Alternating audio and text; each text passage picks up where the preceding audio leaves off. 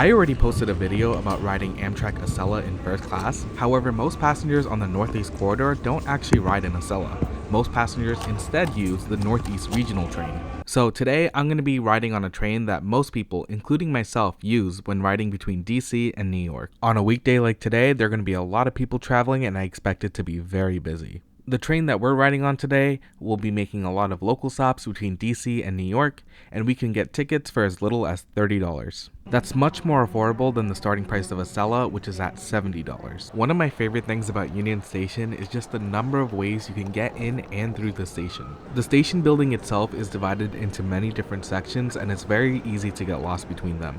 However, if you're in a hurry, it's actually very easy to speed through on the ground floor. Passengers waiting to catch their train can do so in the basement at the food court, or they can wait by the gates where there's a makeshift waiting area available.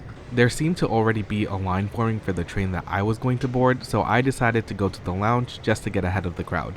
Since coach tickets do not normally grant access to the lounge, I will be skipping that portion today and heading straight onto the train. But I somehow made a major goof by not listening to the attendant telling me the train was on the left and not on the right.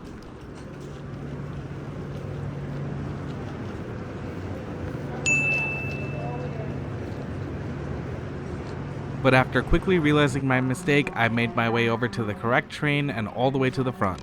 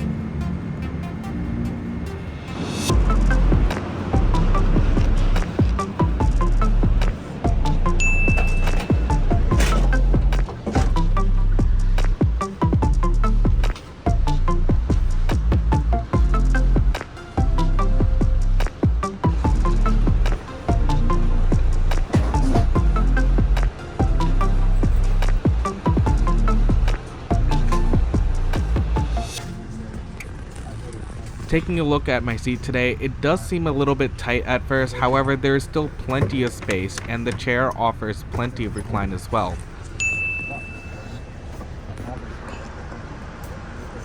The seats themselves are about 19 inches wide and offer about 34 inches of legroom. The windows on the train unfortunately are very small and are only about 18 inches tall. Sitting down, we can see the seat offers plenty of space as well as 2 outlets by the window. Each seat is also equipped with a tray table. The tray table, however, is not very big, so in order to take advantage of it, you need to plan accordingly. There is also a mesh pocket for additional storage. This allows me to keep my essentials while putting my bag overhead. While the train is equipped with overhead lighting, it is missing some amenities. This includes air vents, curtains, and footrests. And after a couple minutes of getting settled, we begin our journey to New York.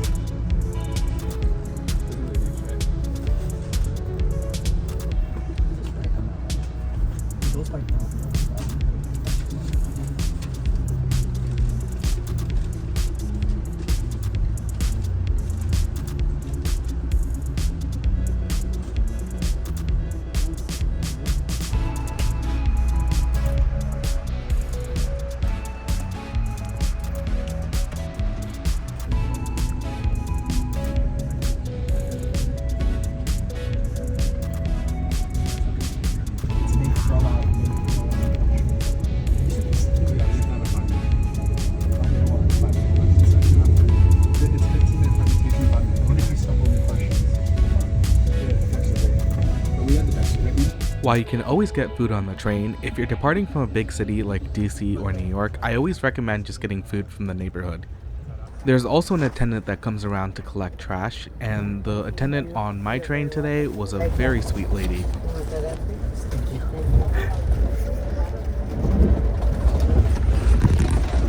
Going back to the table, we can see that there's just enough space for my tablet. However, it does hang over the edge and it kind of goes into my gut.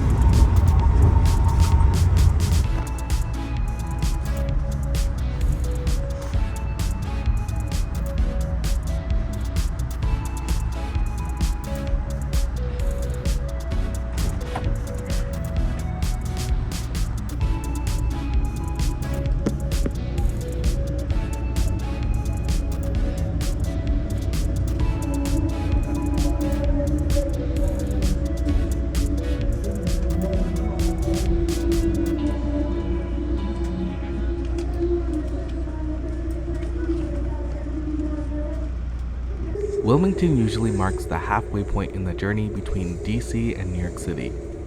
And at this point of the journey, I needed to get some refreshments and use the restroom, as well as stretch out my legs.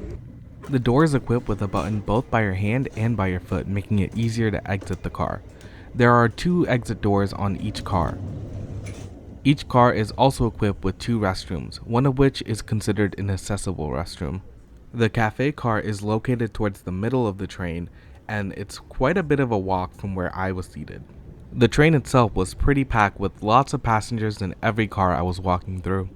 But before we get to the cafe car, let's take a look at the restroom on the train. So far, 90 minutes into our journey, it's very clear that the staff have been doing a good job maintaining the restrooms on board the train. It looks like everything in the restroom is well stocked and working properly, as well as no leftover garbage or spills anywhere on the train. With the large number of bathrooms on the train, it's pretty amazing that they're all kept in good condition. After finally making my way down to the cafe car, it is packed with plenty of people on their laptops. I suspect it's mainly because the tray tables at your seats are just not that great. At the cafe car, I got a bottle of water and some ice to take back with me.